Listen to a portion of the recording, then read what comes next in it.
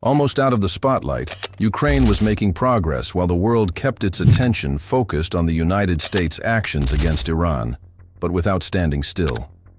At the same time, against Russia, Kiev was expanding a strategic offensive, directly targeting the elements that sustain Moscow's ability to continue the war.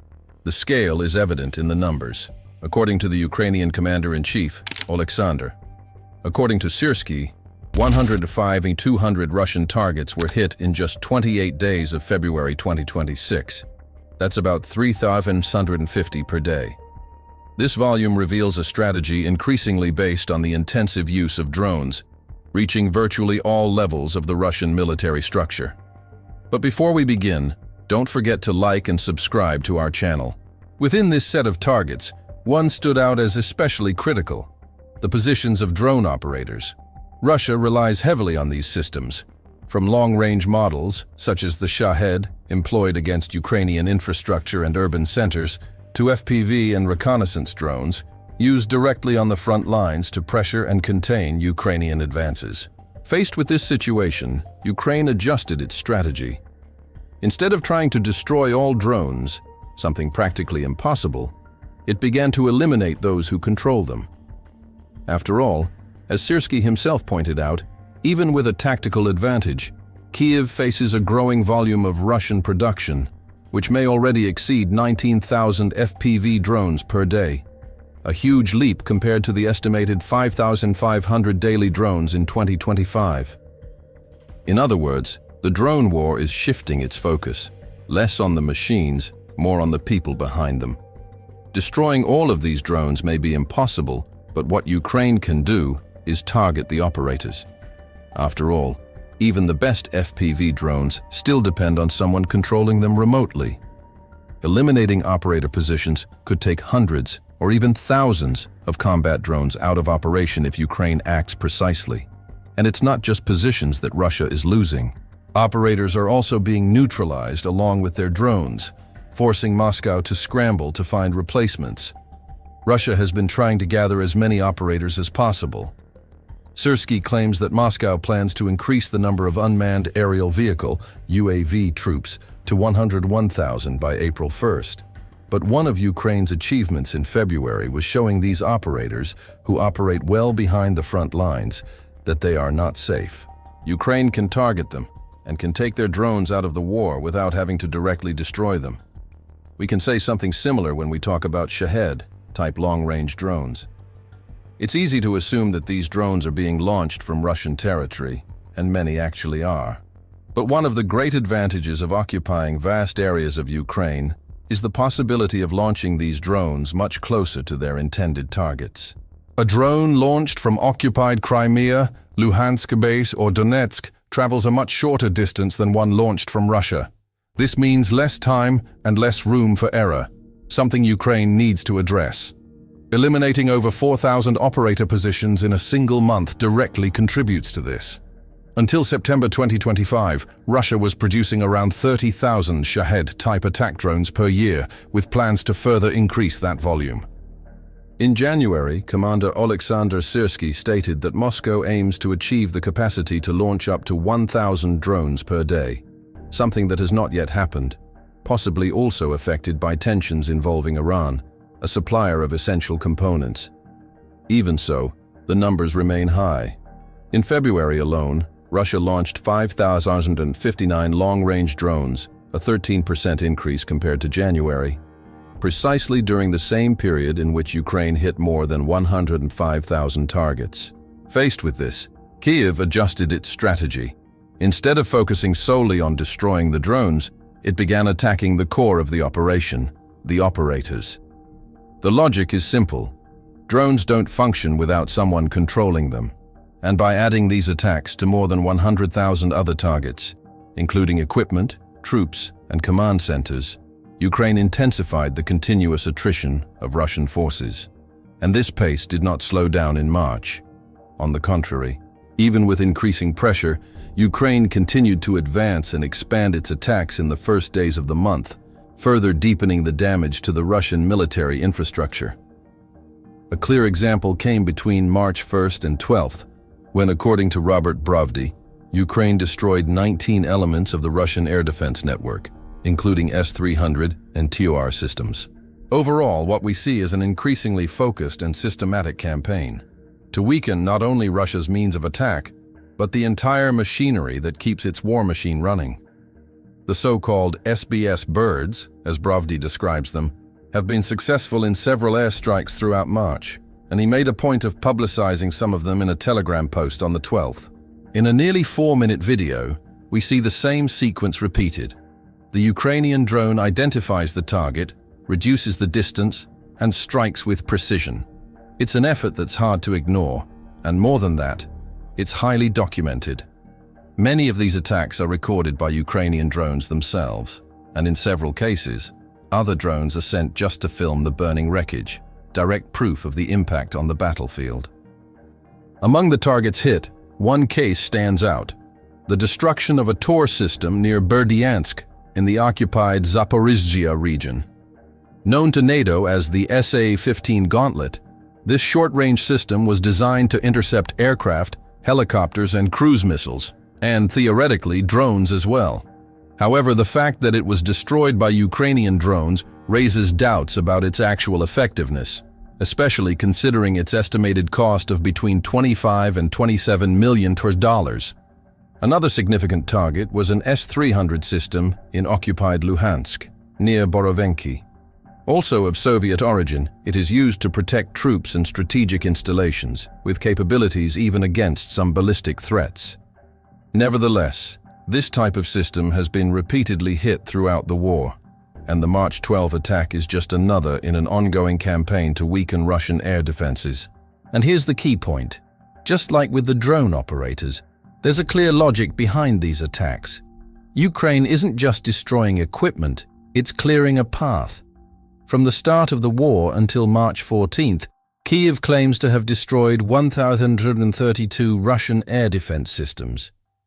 The objective is straightforward: to create safer air corridors that allow for long-range attacks, both in occupied territories and within Russia itself. But there's an important detail, and one that's rarely discussed. Many of these long-range attacks still fail. This shows that despite the advances, this is an evolving battle, where each system destroyed can make the difference between a thwarted attack and a real strategic impact. Euromaidan Press revealed in December that Russian air defenses managed to intercept 90% of Ukrainian drones and missiles. That's a high interception rate, although it still means that about 10% of Ukraine's long-range weapons managed to hit their targets. But Ukraine looks at this and sees a huge amount of money and drones being wasted, resources that could reach their targets if the Russian air defense network were weakened. Hence these attacks. What Ukraine wants to do in 2026 is create a scenario in which a larger proportion of its long-range attacks are successful. This directly harms Russian forces on the front lines, since Ukraine's strategic targets include things like the operator positions we mentioned, as well as oil, storage depots, fuel, and many other elements that keep Putin's army functioning. The fewer of these essential parts a military machine possesses, the weaker it becomes on the battlefield. The ongoing problems with Russian air defenses must also be considered. The sanctions are severely limiting Russia's ability to produce and replace air defense systems due to a lack of essential components and supply chain failures. This forces the Kremlin to choose between protecting its territory or reinforcing the front line, while the replacement of equipment destroyed by Ukraine is proceeding slowly. With this, Ukraine gains an advantage by opening gaps in Russian air defenses, facilitating new attacks.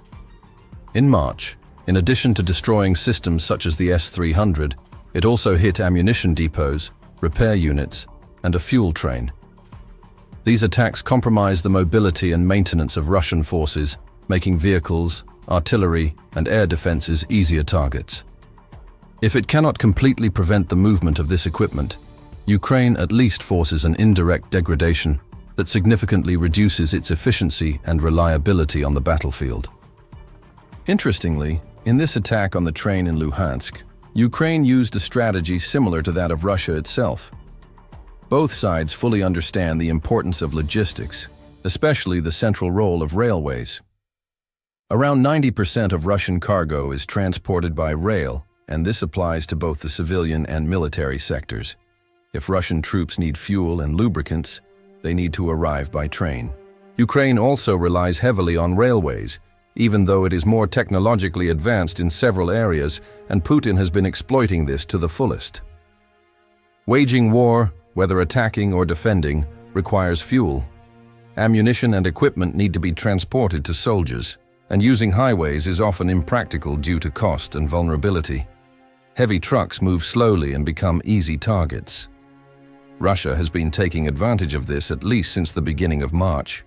According to DW, the Ukrainian state railway company Ukrzaliznytsia reported on March 12 that bridges, tracks, and trains were being attacked with the aim of disrupting Ukraine's land logistics. On the same day, Ukraine responded in kind. Their drones destroyed a train carrying fuel and lubricants in occupied territory, showing Putin that logistics warfare is a two-way game. And somehow the situation is getting even worse for Russia. With the heart of its drone operation compromised and its logistics infrastructure hit, Ukraine has also dealt a significant blow to Russia's missile capabilities.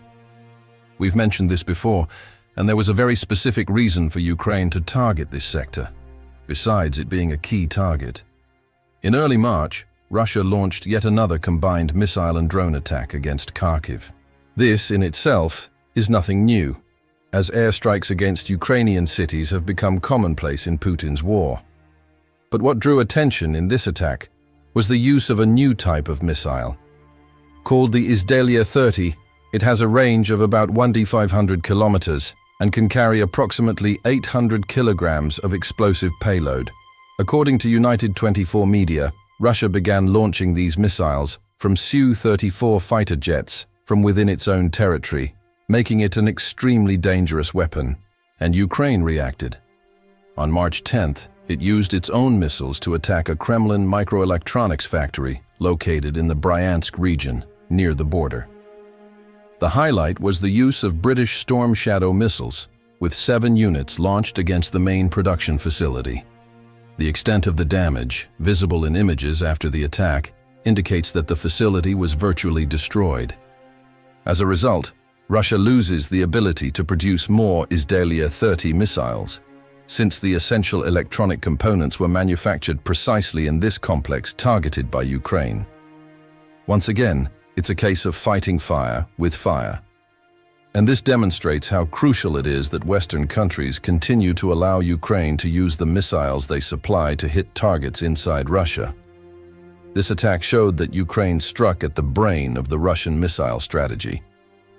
Heart, structure, and brain, all compromised.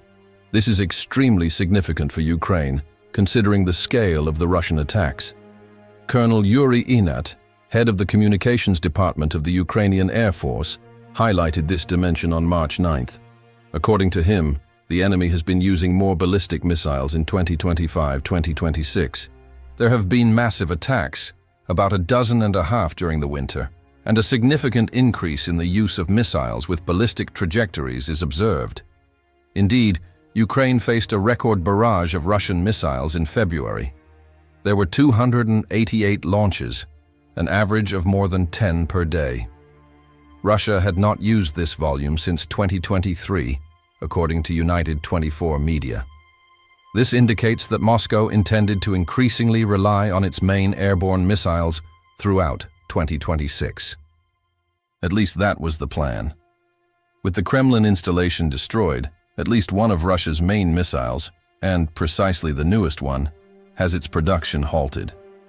Adding this to the loss of more than 105,000 targets in February, including more than 4,000 operator positions, the destruction of air defense systems, the loss of a fuel and lubricant train, and several other smaller attacks discussed here, we have an extremely successful month and a half for Ukraine.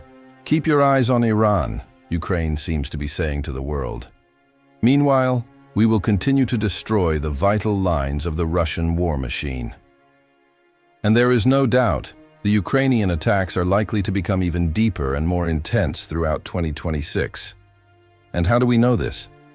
Because Ukraine is completely changing the rules of airstrikes, developing something so innovative that it hasn't been seen before. And if you enjoyed this content, don't forget to subscribe to the channel so you don't miss the next updates. Thanks for watching.